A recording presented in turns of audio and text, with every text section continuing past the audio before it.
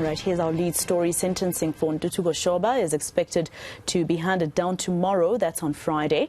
Today, Shoba argued through his lawyer that he should get a lighter 20-year sentence instead of the life imprisonment the state is asking for.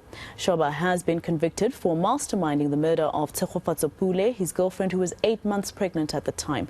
Let's go to our reporter Slindelo Masikane and Letshwiti-Jones, who've been tracking the story for us. They join us now live to give us more details. Slee, let's start with you.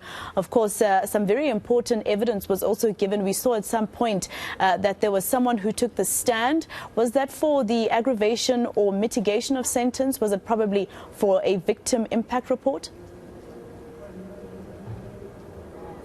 It was more just some clarity-seeking questions from the judge as well as the state in terms of that those pre-sentencing reports that are compiled by social workers. That was the witness that was brought to the stand.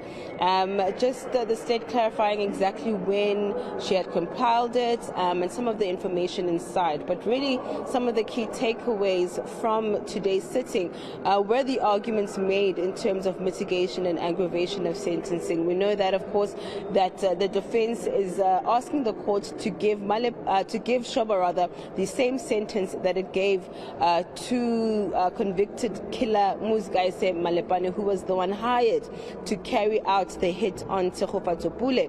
Ntuthuko Shoba's lawyers saying that the court should not differentiate in terms of the sentencing between the two, saying that they've both been convicted of a similar crime. Also saying to the court that the fact that Shoba chose to plead not guilty was him exercising his constitutional rights and should not count against him. Also saying that a lack of remorse should not aggravate his sentence either.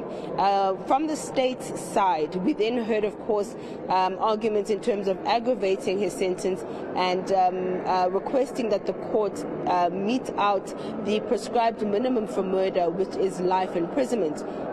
The state went into detail talking about how it had to, of course, get that confession from the convicted killer in order to actually start prosecuting Ntuthuko Shoba, saying that he went at great lengths to try and remove himself from the crime.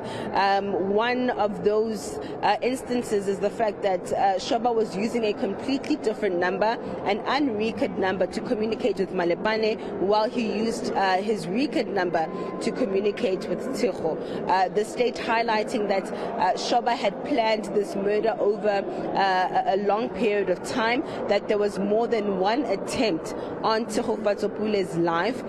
Also highlighting the fact that Ntuthuko Shoba basically handed Tshegofatso over to her killer, and up until this point has shown no emotions and definitely no remorse in terms of her death. And so what the state is really asking for here is that the court then give Ntuthuko Shoba that prescribed minimum of life imprisonment, saying that his case is completely different to the one of the convicted killer, Masikane Malepane. But let's take a listen to what Tshegofatso Pule's uncle had to say with regards to the arguments that we heard today. To date, when you took a look at Mr. Shoba's case, it is quite distinctly from that one of Mr. Malepane. He still maintains his innocence with regards to this whole ordeal, but at the same time, he wants to paint himself as this person was traumatized because of the killing of Tshegofatso. We cannot take that, and we cannot accept that as a family. We're still saying, we still maintain as a family that he deserves a life sentence. I think it even makes our emotions more boiling to the extent that despite the fact of what was proven in court, he still maintains his innocence. The only thing that comes to my mind is just those are the tendencies of what you can call a psychopath. That's the only thing that can come to my mind. And of course, when we resume tomorrow, you're expecting nothing less than a life imprisonment sentence. Absolutely. Absolutely. That's exactly what would satisfy us as a family. It's not going to bring back Tshegofatso, but it will at least help us to come to the nearest closure that we've always been hoping for. And Slee, after being found guilty of premeditated murder, I wonder if it's going to be possible for the judge to actually deviate from that minimum prescribed sentence. But let's go to Pule Letshwiti-Jones, who is outside court for us while Slee was listening to proceedings inside. Pule, have people dispersed? I hear them still singing, so I'm interested to know what they think about him saying in his mitigation that he hopes he gets only 20 years for this murder.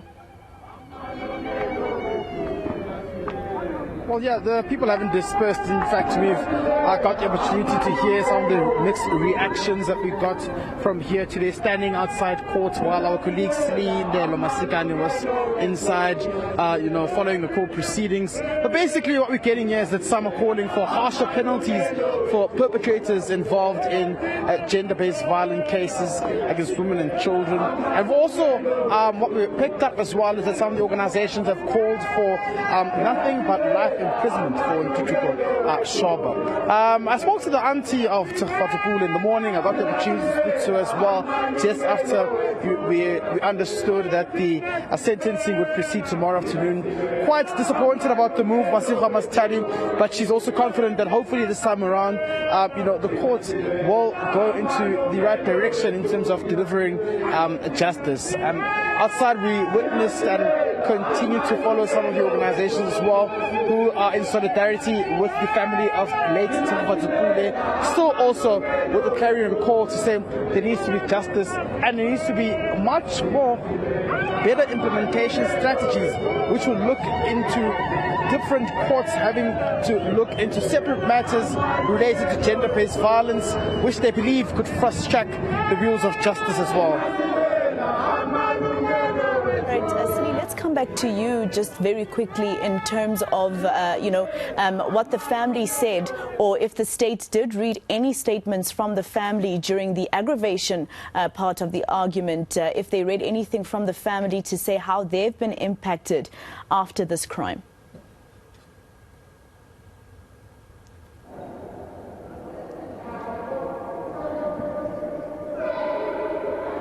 All right, I think perhaps Lee cannot hear us at the moment, but it's fine. I think both of them gave us a very clear report of what happened in court today. Just to remind you, the sentencing is expected to actually take place tomorrow after mitigation and aggravation arguments happened today.